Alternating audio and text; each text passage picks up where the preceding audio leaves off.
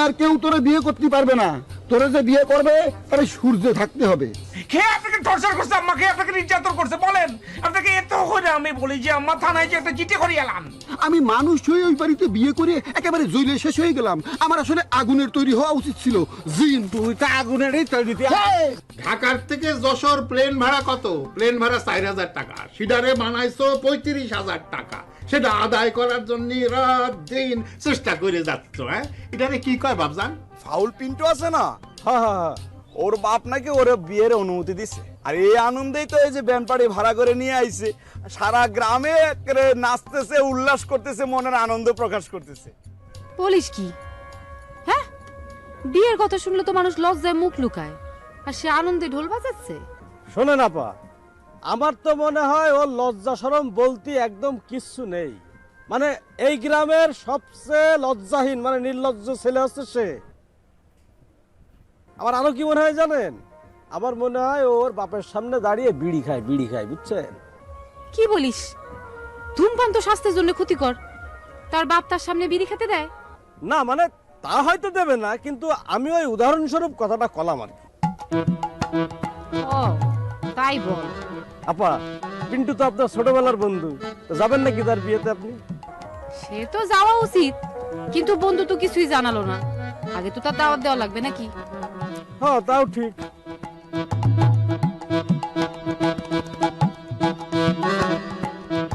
ওই তোর ছোট ভাই মিন্টু যাচ্ছে, তাহলে ওর কাছে একটু জিজ্ঞেস করি, ডেকে জিজ্ঞেস করি। এই মিন্টাই, এই দাঁড়া দাঁড়া দাঁড়া দাঁড়া দাঁড়া দাঁড়া।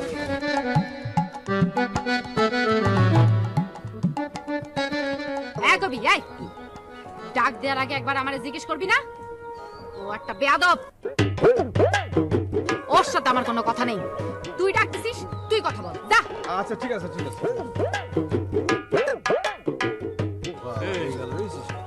মিন্টু শোন শোন শোন শোন। মিন্টু, এই কিরে, আমরা দেখে রুকসি বেগম চলে গেল কিসের জন্য? ভয় পাইছে না? কিটা গায়ে হাত দিয়ে কথা বলতেছেন কিসের জন্য? আপনি কোন লাইনের বাড়ছে এভাবে কথা বলতেছেন? ওরে বাপরে, ওকে আমার চেনে না, চেনে না? আরে চেনবে না কেন? কিন্তু সমস্যা হচ্ছে যে ও কারো সম্মান দেয়ও না, আবার ওর কোনো সম্মানের দরকার নেই। জিনিসটা বুঝতে পারছিস? মানে ওর ঘটনাটা হচ্ছে যে সম্মান করলে সম্মান দেবে, না করলে নাই, এরকম। ও তার মানে ওরা আমার সম্মান করতে হবে? আরে কথাটা তুই বুঝতে পারছিস না? তুই যদি ওর সম্মান দিস তাহলে ও তো সম্মান দেবে, না দিলেও দেবে না। ও আমাদের মতো তো উদার না, ব্যাপারটা এই। ও আচ্ছা, মানে সে বিনিময় করে? হ্যাঁ হ্যাঁ, সম্মান বিনিময়। তারপরে দেখি কিরাম করে সম্মান বিনিময় করে।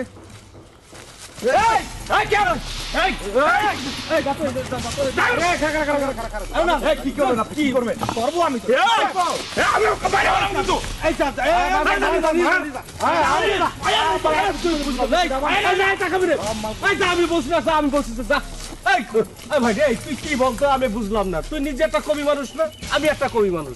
তোর আর আমার কি ওদের মতো লোকের সাথে কথা বলার সাথে? আমি আবার কবি হলাম কবে? তুই কবি হলি কবে মানে? তুই কালিয়া কবি পরিষদের সদস্য না? সদস্য মানেই তো কবি, আর সবাই কবি। ওরে ও তো তোদের দলে লোক কম পড়েছিল বলে তোদের কমিটি হচ্ছিল না, সেজন্য আমার নাম বলে দিছিলি। আরে ওই হলো, মনে কর যে তোর তো আর কবিতা লিখতে হবে না, দরকার হয় আমি তোরে 2-4টে কবিতা লিখে দেবো, তাহলেই তো হয়ে গেল। এই ধার করা কবিতা নিয়ে কি রবীন্দ্রনাথ নজরুল হওয়া যায় নাকি? তোর রবীন্দ্রনাথ কাজী নজরুল কিটা হতি কয়েছে ক? তোর কি আমি সেইটা হতি কইছি? তোর একটু কবি হলেই চলবে, মানে অল্প একটু কবি হলেই চলবে। আচ্ছা বাদ দে, শোন তুই একটা কাজ কর, চল তোরে আমি একটা কবিতা শোনাচ্ছি, চল আয়।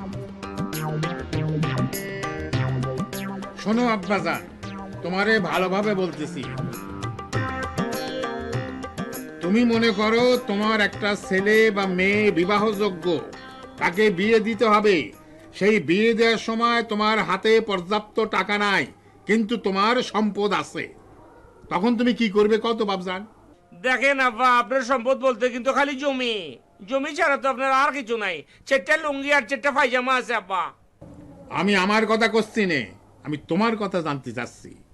আব্বা, আমি যদি আপনার জায়গায় থাকতাম তাহলে এককভাবে যদি হাওড়ে কোনো কিছু দিতে চাইতাম, তাহলে আমি একটা উদাহরণ আপনারা দিয়া দে। আমি কইতাম, মিন্টু রে তোরা আমি এই জমিটা দিতে চাই, তুই ইতালিয়ে থাক। পিন্টু রে তোরা আমি এটা দিতে চাই, তুই ইতালিয়ে থাক। আপনি কিন্তু সেই ধরনের কোনো কথাই হন নাই আব্বা, এটা কিন্তু খুবই খারাপ। তুমি তো তাই কবা, কারণ তুমি তো স্বার্থপর আব্বা। আমি তো স্বার্থপর আব্বা না, আমার ছেলে মেয়েরাও স্বার্থপর না। আব্বা আপনি সব ধন্দা বাজে কথা বাদ দেন। আপনার মেয়ে আমার কাছ থেকে জানতে চাইতেছে, আমি না। স্বার্থপর যদি হয়ে থাকে আপনার মেয়ে স্বার্থপর, অত সেলফিশ বলাবেন আমরা না, বাঙ্গনে আছে। আমার মেয়েকে বলে দিও বাপ জীবিত থাকতে এই জমি তাগের না। আর শোনো, আমার মেয়ের বিয়ের সময় তো আমি জমি বিক্রি করেছিলাম, করিনি? এই যে তোমরা শয়ে শয়ে লোক আইছিলে বরযাত্রী, তারা যে কোরমা, পোলাও, জর্দা, ফিন্নি, বড় মাছ এই যে খাইলে, এটা এটা খাওয়া দিয়ে টাকা খরচ করতে হয়নি? ভালো কথা হইছেন আব্বা, সুন্দর করে আপনার মেয়েরে বলিয়া দেই। এটা তো একটা সুন্দর পয়েন্টের কথা কইছেন আব্বা।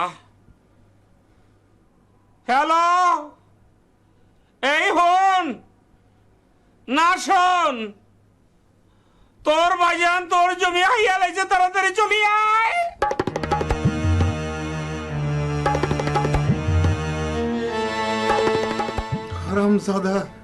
হারামজাদা কত বড় বিয়াদব দেখছো?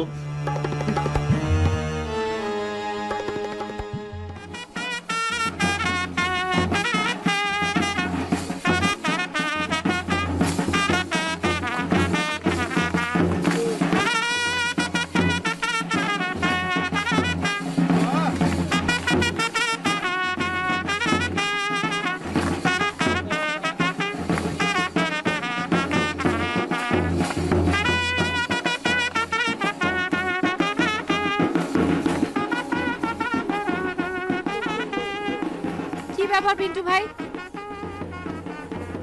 এই ব্যান্ড বাজনা কিসের জন্য?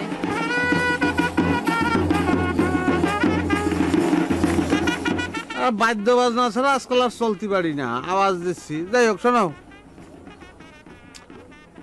রক্সি, ওই আব্বা হয়েছে কি আমার তো বিয়ে দেবেই। আচ্ছা, পাত্র হিসেবে আমার তোমার কিরাম মনে হয় বলো দিন? না, পাত্র হিসেবে আপনি তো খারাপ না, কিন্তু সবাই আবার সবার যোগ্য না। সেটা অবশ্য ঠিকই বলিস। মানে আমিও ভাবতেছি, মানে তোমারে আমার পাশে মানাবে কিনা। কোনোদিন তো এরকম পাশাপাশি দাঁড়ায়নি, আজকে দাঁড়ায় মনে হচ্ছে আমার পাশে তোমার খুব বয়স্ক মনে হচ্ছে। কি কি বললেন আপনি? আগে খেপে না, শোনো, মানে আমি ভাবিছিলাম যে তোমার বিয়ের প্রস্তাব দেবো, পরে এখন মনে হচ্ছে প্রস্তাবটা দিলি আর যদি তোমার সঙ্গে আমার বিয়ে হয়ে যায়, তাহলে পরে লোকজন আমারে কবে না যে পিন্টু একটা বুড়ো বিটিরে বিয়ে করেছে, সেটা ভালো হবে বলো? কি বললেন আপনি? অতিরিক্ত হয়ে যাচ্ছে কিন্তু পিন্টু ভাই। আরে সেত্রিশ কিসের জন্য? তুমি বুড়ো তাই বুড়ো কলাম, আমি একটা ইয়াং ছেলে, ইয়াং হয়ে একটা বুড়ো তুমি বললি তোমার আমি বিয়ে করবো, না হয় নাকি? দেখো অন্যদিকে দেখো। তারা তোর বিয়ে আমি হওয়াচ্ছি, এই বাপের জন্মে তোর বিয়ে হবে না।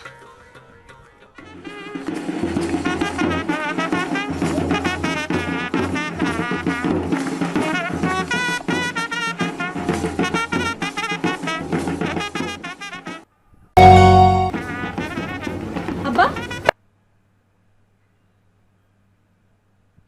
ও আব্বা, ঝামেলা তো একটা বাধাই দিছে। আম্মা তো ব্যাগপত্র সব গুছাই নিছে। ও, তোরা কি দিছিস নাকি? কি করছেন? বাধা দাদা দিবি নে। ওই যে দুইখান বিয়ে করা একটা সমস্যা না, লক্ষটা সমস্যা আছে, কিন্তু একটা উপকারও আছে, বুঝতে পারিস? ওই একজন বউ ইচ্ছে করলি পারি কিন্তু রাগ করে চলে যেতে পারে না, মনে করে তারে যদি আবার ফিরোয় না আনি। তুই তো আমার মেয়ে, তোর তো আমি সবকিছু খুইলে ক্ষতি বাদ দিচ্ছি। আব্বা, আব্বা এখন আপনার এসব রহস্যজনক কথাবার্তা বাদ দেন তো। আমার কেমন জানি ভয় ভয় লাগতেছে।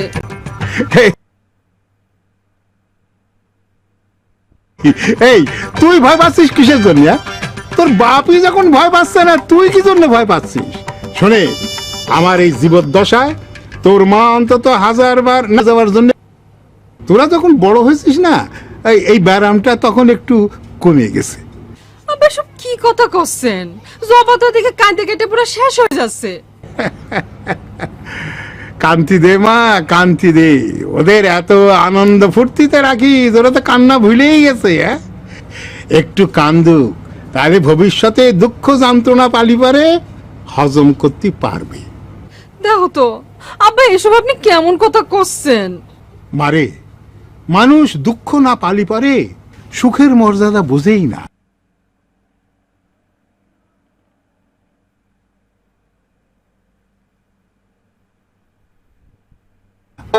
আমি তো আমার ছেলে মেয়েদের আবদার কোনোদিনও অপূর্ণ রাখিনি। এতে না পাওয়ার যন্ত্রণা তারা বোঝে না। তুই নিশ্চয়ই এতদিনে হারে হারে টের পেয়েছিস। বলে এরকম কারণ অকারণে কান্নাকাটি করলে পরে কি জীবন চেনা যায়? কান্দু, কারণ যখন পাওয়া যাচ্ছে না তখন অকারণেই কান্দু। অকারণে কান্দে কান্দে চিনু যতটুকু চেনা যায়।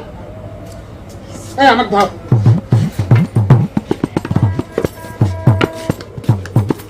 আব্বা, মারে কিছু বলে গেলেন না? কিচ্ছু বলে যেতে হবে না, তুই ঘরে যা, ঘরে গিয়ে দেখবি তোর মায়ের রাগ এক ফোঁটাও নেই, সব হয়ে গেছে। মা তুমি কি করছো মা? মা আমি তোমার সাথে থাকতে পারবো না মা, তুমি এটা সেটা বুঝো না মা। সার করছি তোদের আমার সেনা আছে, তোরা সব নাটক বাজ। মা দরকার পড়লে আমি আব্বার হয়ে তোমার কাছে ক্ষমা চাইছি পায়ে ধরে মা, তাও তুমি যাও না মা আমাকে ছেড়ে মা, আমি থাকতে পারবো না মা। সার করছি স্যার, সংসারে কিছুতেই থাকবো না মা। এইসব কথা বলো না মা, তোমাকে স্যার আমি কি করে থাকবো তুমি সেটা চিন্তা করতেছো না? তুমি কি করছো এগুলো কেন? তোর জন্য আমারই তোরা রাখতে পারবে না নি, আমি চলে যাবো, আমি চলে যাবো। খিতা হইছে আম্মা? আপনি খিতার লেগে তো কত কত ফটো ফটো করে কথা কইতেছেন আম্মা, কি হয়েছে বলেন আমাকে। দুলাভাই সব ঝামেলা মিটে গেছে, আম্মা এখন যাতে চাচ্ছে না। এটা তো আমি আগেই জানি যে আম্মা আপনার মানসিক সত্যি এত দুর্বল যে সম্ভব না যে আপনার নাকের ডগা দিয়ে জামা ঘষে দিয়ে আপনি চাইবেন গা। আরে না দুলাভাই, আমি তো মায়ের হাতে পায়ে ধরে রাখিছি। এটা কি তোর কথা গো আম্মা? আচ্ছা আম্মা আমি ক্ষমা করে দিয়ে। থাক বাবা, থাক বাবা, থাক থাক থাক থাক।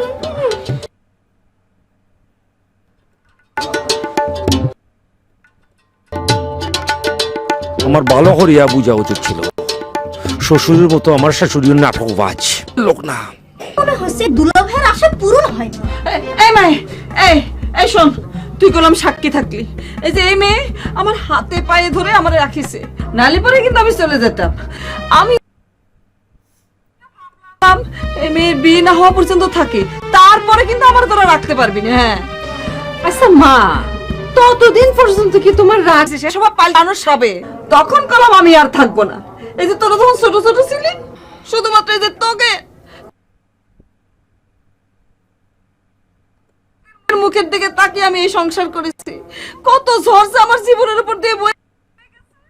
থাক না মা, থাক না, সংসারে কারো না কারো উপর দিয়ে তো একটু একটু ঝামেলা যাই। মা তুমি কিন্তু কান্দো না, মা তুমি কান্দলি বলে আমাদের কষ্ট হয়, তাই না রে? মা তুমি কিন্তু কাঁদো না, এবার তুমি সত্যি সত্যি আমি কাঁদতে দিব কিন্তু। না থাক, তোদের কান্নার দরকার নেই,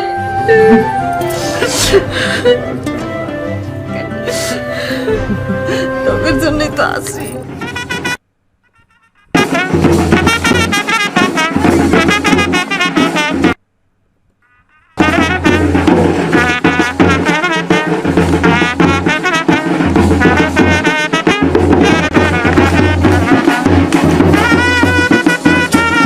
নতুন প্যারাশুট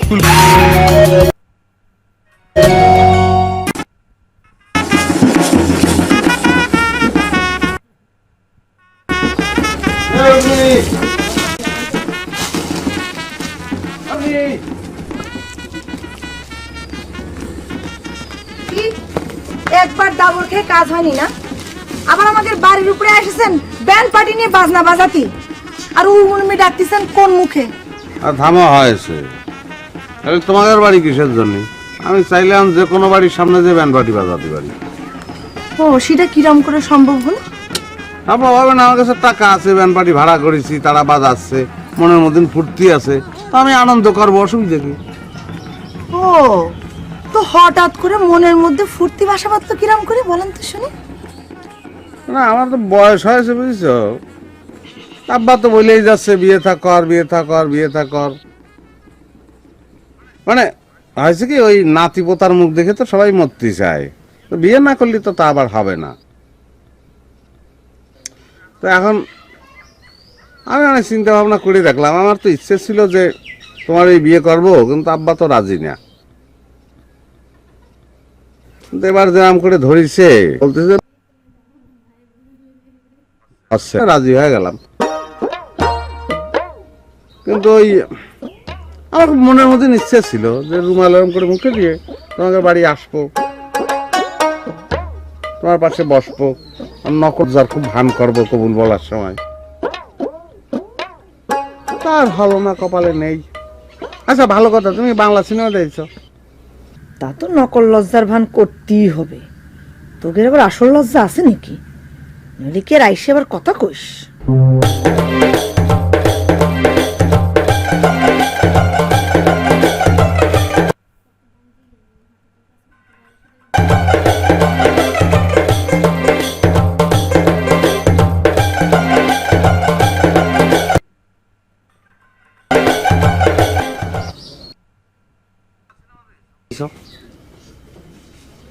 তোমার নামে সিনেমা অনেক নায়িকার নাম থাকে, নাম এসব সিনেমা তাহলে তো দেখিসই।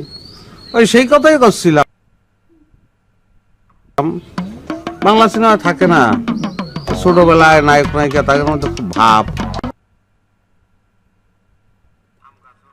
জাম গাছে ওঠে, কদু গাছে ওঠে, দৌড় হয়ে বেড়ায়, ডালে খালে ঘুরে বেড়ায়, হাত ধরে গান গায়, ও সখী ও সাথী তোমার তারা বাঁচবো না, মরে যাবো। তারপরে কোনো একটা ঘটনায় তারা আলাদা হয়ে যায়। এইসব ঘটনা তুমি যারা একবার মনে তো ডিলিট করে দেয় না, তার খবর আছে। আরে না, মনের তে ডিলিট করা এত সহজ নাই। ওটা তো আর ডিলিট হয়ে গেল ফিরে আনা তো। মানুষ কিন্তু সবসময় অতীতকে খুব ভালোবাসে, পুরোনো দিনের কথা ঘুরে ফিরে কয়। আমাদের সময় খালের মধ্যে এরকম মাছ পাওয়া যেত, তারপরে এই ধান পাওয়া যেত, চাল পাওয়া যেত, এরকম ফল তো পুরোনোটাই গানে হতো। মানুষ কিন্তু ওই ভাব ভালোবাসা, পুরোনো ভাব ভালোবাসার ছবি দেখতে ভালোবাসে। তা আমার এইসব কথা কিসের জন্য বলতেছেন? না আমি ভাইবে দেখলাম যে তোমার আমার জীবন কিন্তু ওই সিনেমার মতন। ছোটবেলাতে দুজন একসঙ্গে বড় হয়েছি, ডালে খালে ঘুরে বেড়াইছি, কত স্মৃতি, তাই না? সিনেমার নায়িকার মতন হাত ধরে ঘুরে বেড়ায়নি, গান গাইনি। তাই নাকি? হ্যাঁ তাই তো, মনে দেখেন একটু সমস্যা হয়ে গেছে, ভুলে গেলেই হয়। বাপ আমার সামনে বৈশাপের গায়ে হাত তোলে করবো, আর সেই বাড়িতে যাবে মাথা মতো করে থাকবো, সেই বাড়িতে যাই। আরে আমার বাপ তোমার বাপেক মারিছে, তোমার বাপ যদি আমার বাপেক মারতো আমি তো খুশি হতাম, মাইন্ড করার কিছু নেই। আমার বাপ তো তোমারে মারেনি।